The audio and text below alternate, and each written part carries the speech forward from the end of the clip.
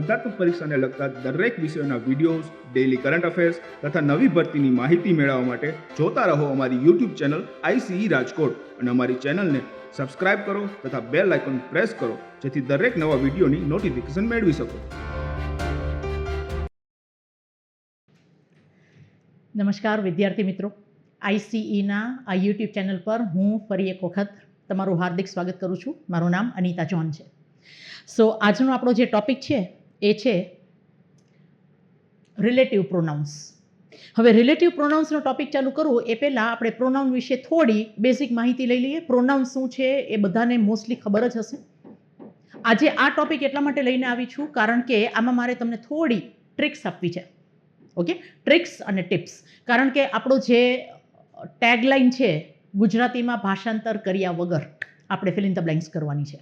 Okay, પણ આપણે છતાં સમજીને કરશું. તો એના માટે આપણે થોડો એક સ્ટેપ બેકવર્ડ જવું પડશે, થોડો એક સ્ટેપ આપણે પાછળ જઈએ. પ્રોનાઉન એટલે કે સર્વનામ, એના વિશે આપણે થોડી માહિતી વધારે લઈ લઈએ, પછી હું આજનો ટોપિક ચાલુ કરું. હવે પ્રોનાઉન એટલે સર્વનામ, બધાને ખ્યાલ જ છે, રાઈટ? સર્વનામ એટલે શું? નામના બદલે વપરાતો શબ્દ. એક એવો શબ્દ કે જે નામના બદલે વપરાતો હોય. હવે નામ એટલે શું?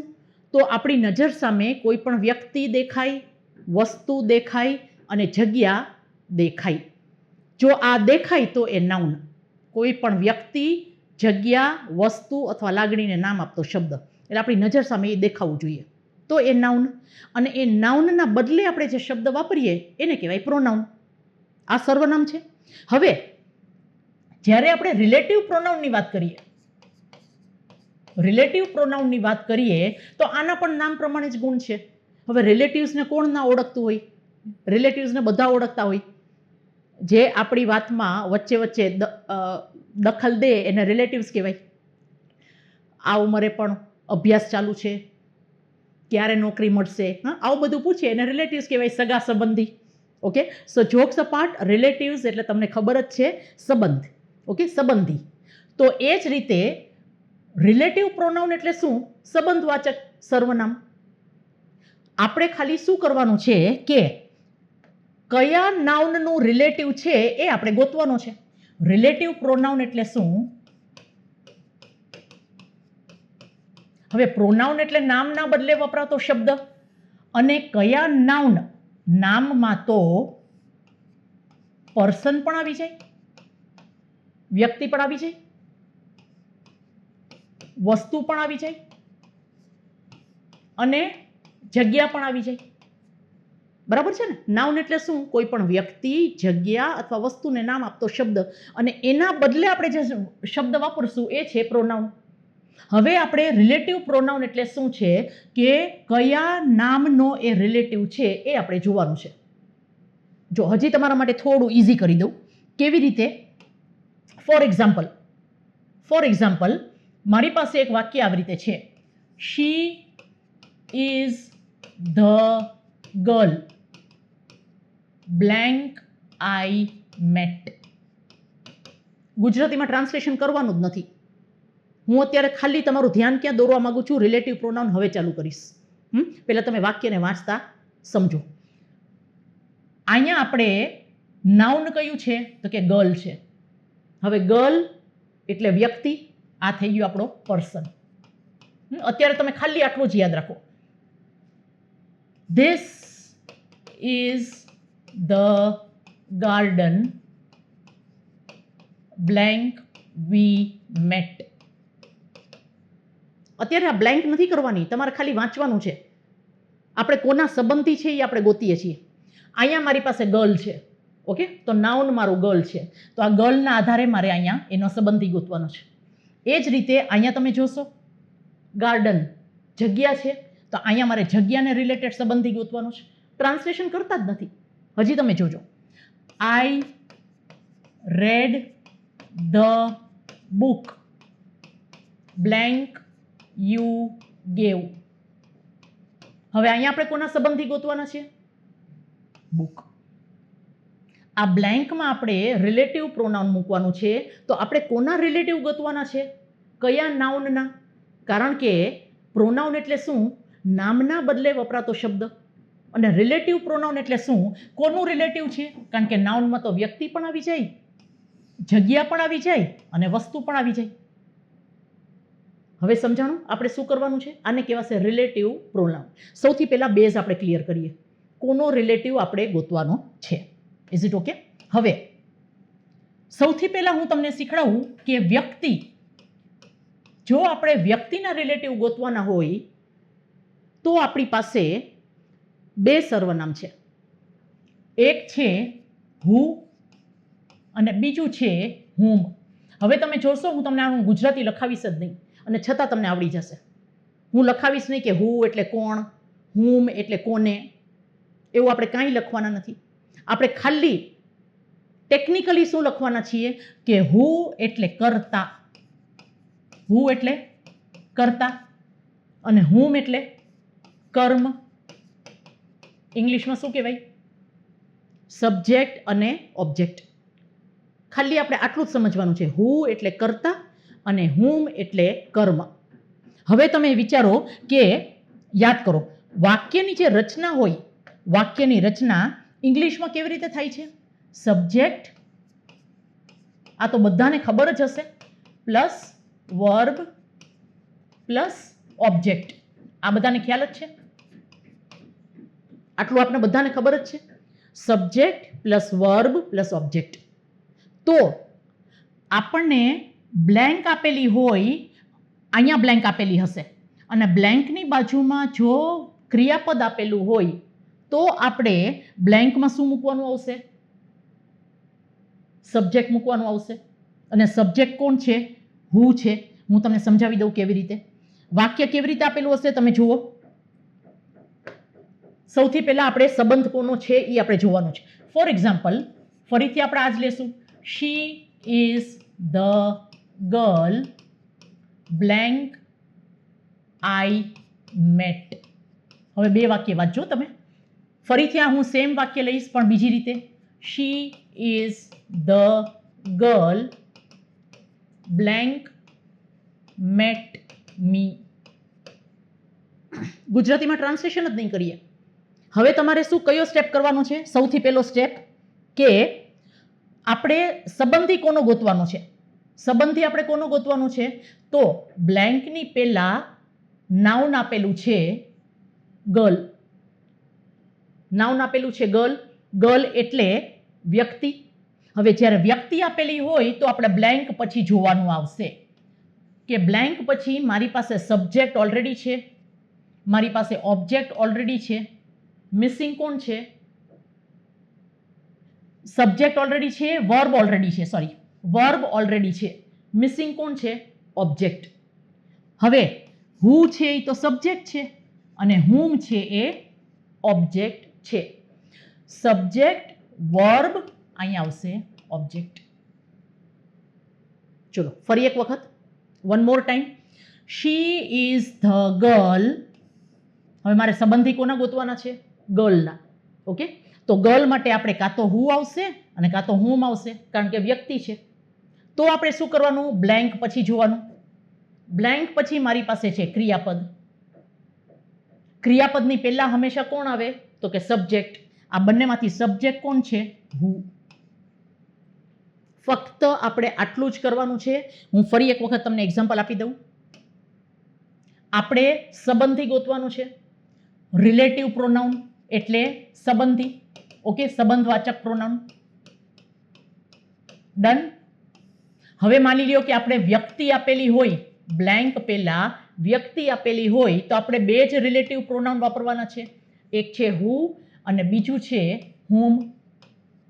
ખાલી આપણે શું યાદ રાખવાનું છે કે હુ છે એ સબ્જેક્ટ છે અને હુમ છે એ ઓબ્જેક્ટ છે. આટલું clear? Send the boy blank passed in the exam.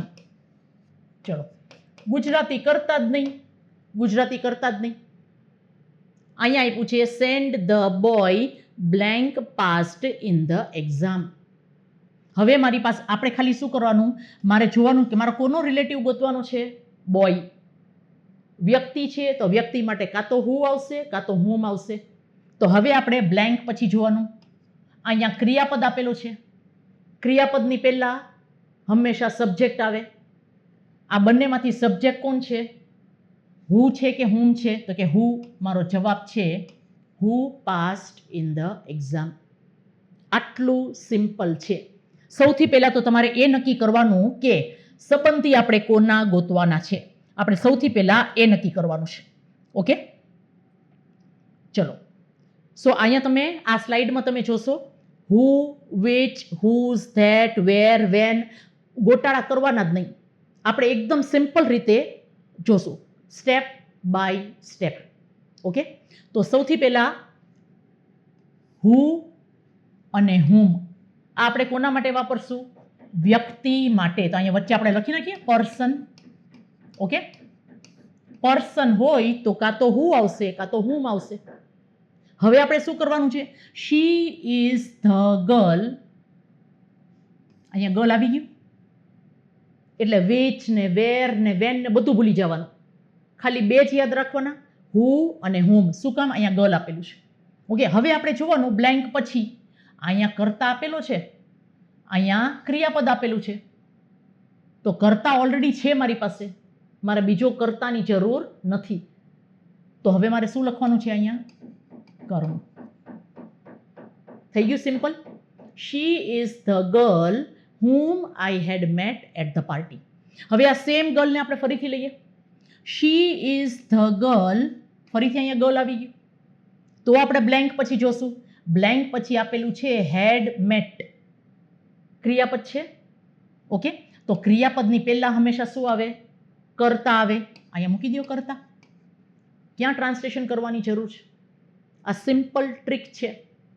Relative pronoun. સૌથી પહેલા તો આપણે એ સમજવાનું કે રિલેટિવ પણ કોના રિલેટિવ? વ્યક્તિના રિલેટિવ, જગ્યાના રિલેટિવ કે વસ્તુના રિલેટિવ? જો વ્યક્તિના રિલેટિવ હોય તો આપણે બ્લેન્ક પછી જોવું પડે કે બ્લેન્ક પછી જો ક્રિયાપદ આપેલું હોય તો કર્તા મૂકવાનું. કર્તા એટલે હું. અને બ્લેન્ક પછી જો કર્તા આપેલો હોય તો મારે કર્મ મૂકવાનું એટલે હુમ. હજી એક વખત જોઈ લઈએ. I have seen the boy. હવે બોય આવ્યું એટલે કાં તો હું આવશે ને કાં તો હુમ આવશે. તો બ્લેન્ક પછી જુઓ અહીંયા શું આપ્યું છે? બ્રોક. આ તો વર્બ ટુ આપેલું છે. ધેટ મીન્સ ક્રિયાપદ મારી પાસે છે. ક્રિયાપદની પહેલા કોનું સ્થાન? કર્તા. કર્તા કોણ છે? હું. આ બધી ટ્રિક્સ એવા સ્ટુડન્ટ્સ માટે છે કે જે લોકોને ગુજરાતીમાં ટ્રાન્સલેશન ફાવતું નથી. આપણને ઇંગ્લિશ આપણું નબળું છે એનો મિનિંગ એ નથી કે આપણે મૂકીને આવતા રહીએ.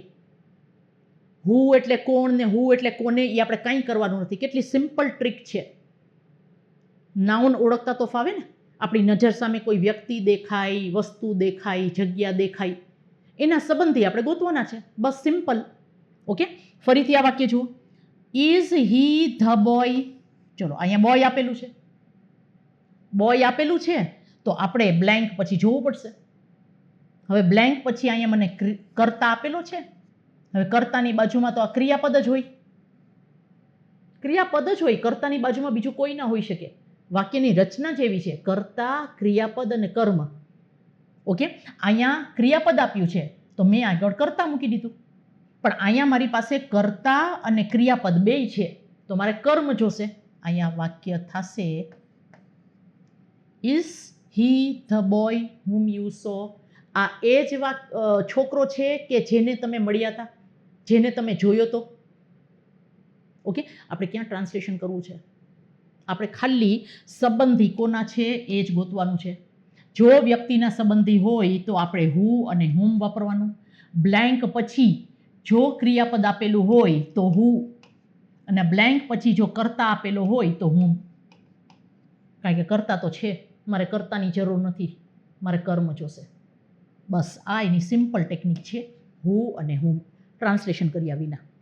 હવે માની લ્યો કે વ્યક્તિ નથી આપ્યો, કારણ કે નાઉનમાં તો જગ્યા પણ આવે અને વસ્તુ પણ આવે. આપણે હજી એક વસ્તુ આમાં એડ કરશું.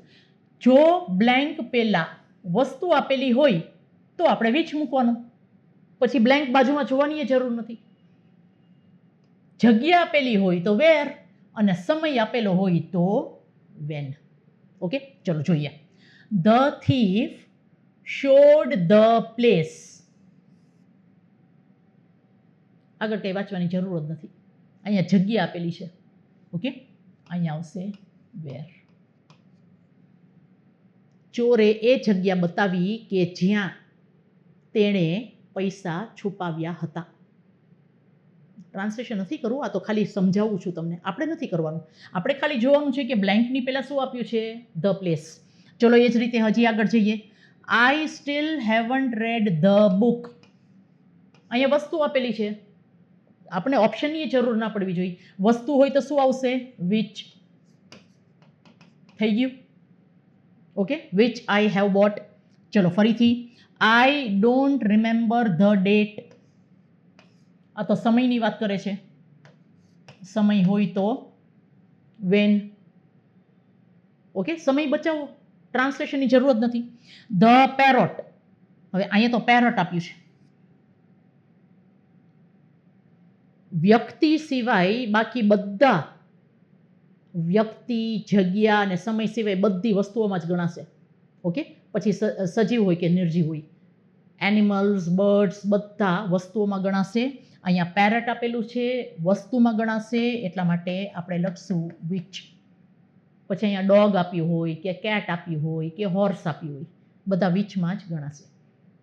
ઓકે, તો આ જ્યારે શબ્દો હોય ને, વસ્તુ, જગ્યા અથવા સમય, ત્યારે તમારા બ્લેન્કની બાજુમાં પણ જોવાની જરૂર નથી. તમારે ખાલી બ્લેન્ક પહેલાં જોવાનું કે કોના સંબંધી ગોતવાના છે. રિલેટિવ પ્રોનાઉન છે. સંબંધી કોના ગોતશું? અહીંયા જગ્યાના ગોતશું, અહીંયા વસ્તુના ગોતશું, અહીંયા સમયના ગોતશું, બસ. અને અહીંયા પણ વસ્તુના. આપણે એટલું જ કરવાનું છે. તમારે ખાલી એટલું જ યાદ રાખવાનું છે કે જગ્યા માટે વેર, વસ્તુ માટે વિચ અને સમય માટે વેન. આટલું તો થઈ જાય ને. સી કેટલું સિમ્પલ છે. 1 માર્ક મળી જાય છે રોકડો. ઓકે, ખાલી વ્યક્તિ હોય ને તો મારે બ્લેન્ક પછી જોવું પડે કે કર્તા આપેલું છે કે ક્રિયાપદ આપેલું છે. ઓકે, ચલો હવે એક મસ્ત નોટ લખી લ્યો. આ નોટ શું કહે છે કે વિચ જગ્યા માટે પણ વપરાય છે.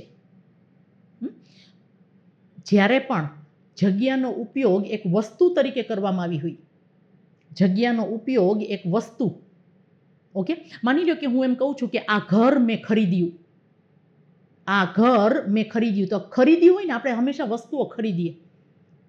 તો આ જે ઘર છે ને એને વસ્તુની જેમ મેં વાપર્યું છે, એટલા માટે ત્યાં વિચ આવે. ઓકે, અહીંયા આપણે જોઈએ.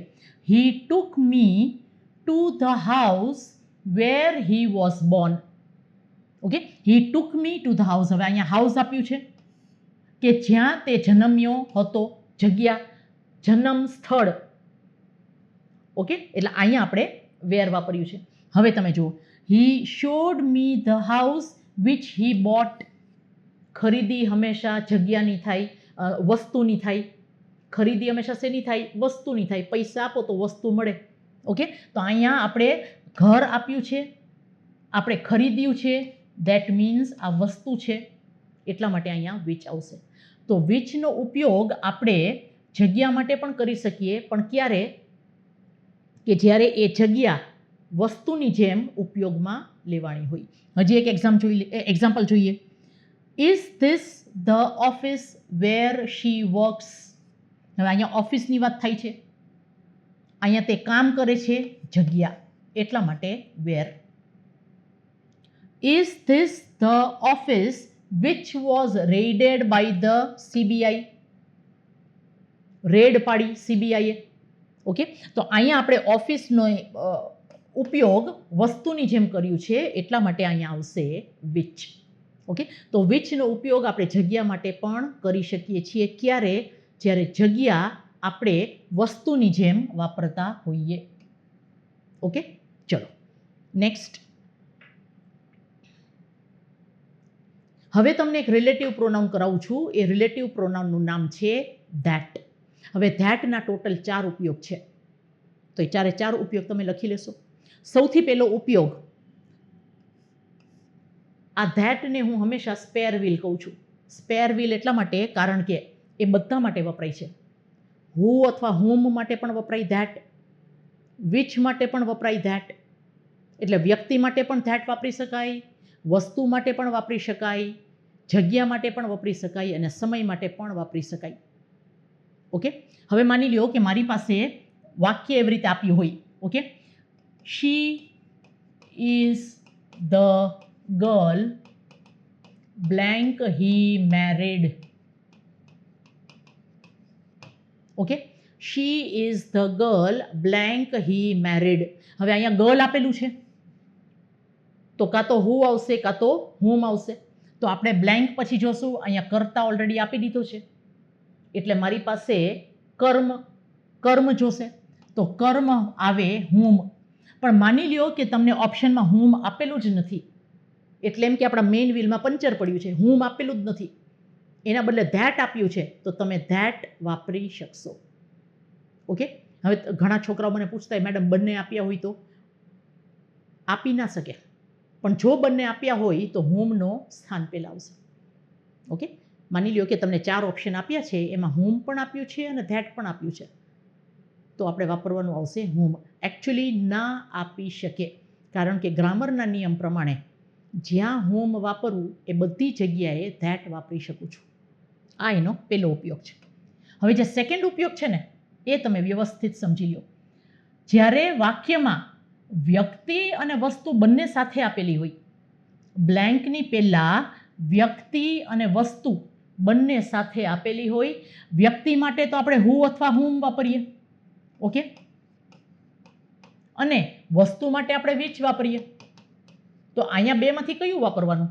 તો કે આ બેમાંથી એકેય નહીં વાપરવાનું, કારણ કે વ્યક્તિ અને વસ્તુ બંને સાથે આપેલી હોય. Where are the boy and the dog that were playing here. પેલો છોકરો અને એનો કૂતરો અહીંયા રમતા હતા એ ક્યાં? તો રમનારા બે હતા, એક વ્યક્તિ અને એક વસ્તુ. તો જ્યારે વાક્યમાં વ્યક્તિ અને વસ્તુ બંને સાથે આપેલી હોય તો નહીં હુ વાપરવાનું, નહીં હુમ વાપરવાનું, નહીં વિચ વાપરવાનું. શું વાપરવાનું? That, compulsory. Okay, A condition number 1. હવે સેકન્ડ કઈ કન્ડિશન છે કે જ્યાં ધેટ કમ્પલસરી આવશે? જો વાક્ય સુપરલેટિવ ડિગ્રીનું હોય, વાક્ય સુપરલેટિવ ડિગ્રીનું હોય તો ધેટ કમ્પલસરી છે. ઓકે, પછી એ વસ્તુ આપેલી હોય, વ્યક્તિ આપેલી હોય કે જગ્યા. For example, she is the cutest girl. Superlative degree તો બધાને ખબર જ છે, આપણે ડિગ્રી ઓલરેડી આપણે કરી ચૂક્યા છીએ.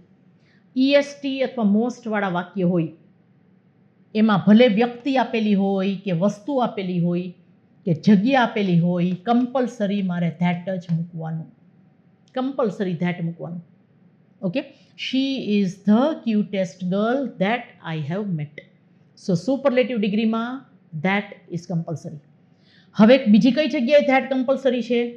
તો કે words ending with thing, everything, something, nothing, anything. આ થિંગવાળા જે પણ શબ્દો હોય ને એની બાજુમાં કમ્પલસરી ધેટ આવશે. For example, tell me something that I don't know. આ સિમ્બાનો ડાયલોગ છે ને, tell me something that I don't નો. અહીંયા સમથિંગ આવ્યું, બસ કંઈ વિચારવાનું જ નહીં, અહીંયા ધેટ જ આવશે. અહીંયા જોયું, everything that glitters is not gold. દરેક ચમકતી વસ્તુ સોનું હોતી નથી. તો થિંગવાળા કોઈ પણ શબ્દો હોય એની બાજુમાં હંમેશા ધેટ જ આવે. તો આ ધેટના 4 ઉપયોગ બધા માટે વાપરી શકાય. ઓકે, જ્યારે મુખ્ય શબ્દ ના આપેલો હોય ત્યારે આપણે આ શબ્દ વાપરી શકીએ.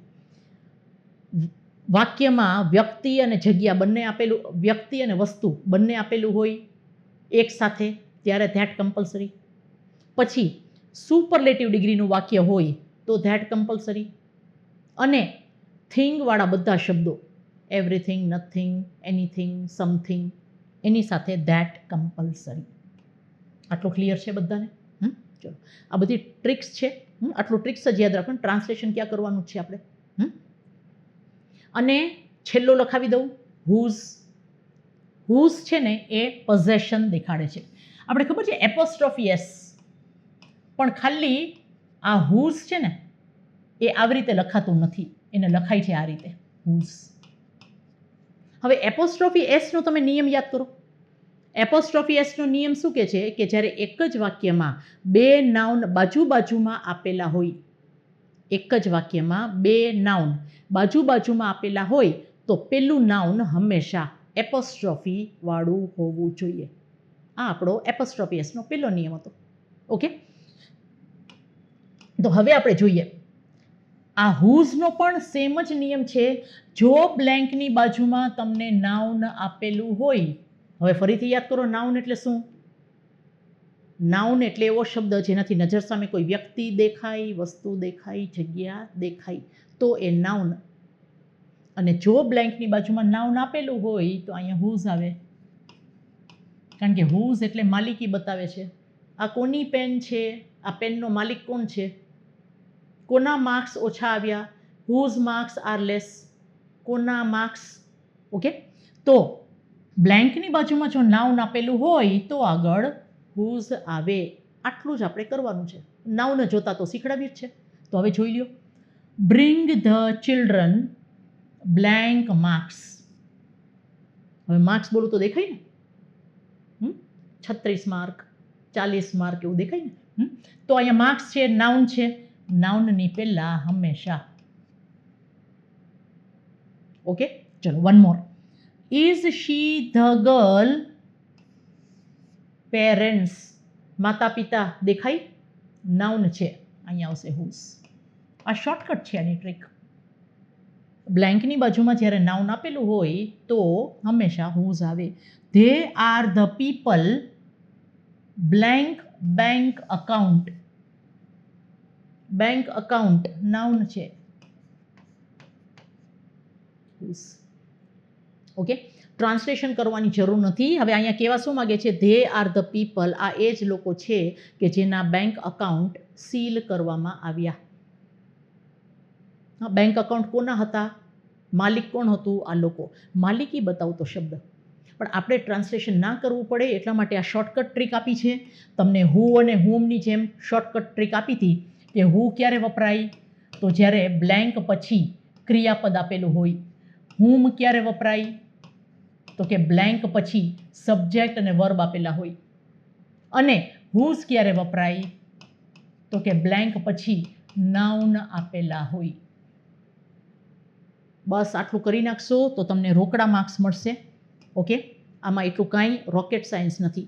તમે લોકો આની પ્રેક્ટિસ કરો અને સપોઝ જો કાંઈ ના સમજાતું હોય આ ટોપિકને રિલેટેડ તો તમે મને કમેન્ટ બોક્સમાં લખીને જણાવી શકો છો. રિલેટિવ પ્રોનાઉન એટલે સંબંધવાચક સર્વનામ.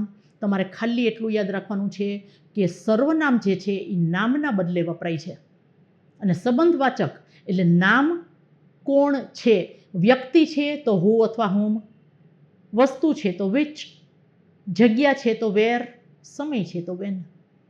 બસ આટલું આપણે યાદ રાખવાનું છે. આજનો વિડીયો આઈ હોપ તમને લોકોને ગમ્યો હશે. ના સમજાણો હોય તો ફરીથી તમે એક વખત જોઈ લેશો અને સમજાઈ ગયો હોય, ગમ્યો હોય તો સારા સારા કમેન્ટ્સ કરજો. હું હંમેશા રાહ જોતી હોઉં છું તમારા કમેન્ટ્સની. નેક્સ્ટ લેક્ચર સુધી મને રજા આપો. જય હિન્દ, જય ભારત.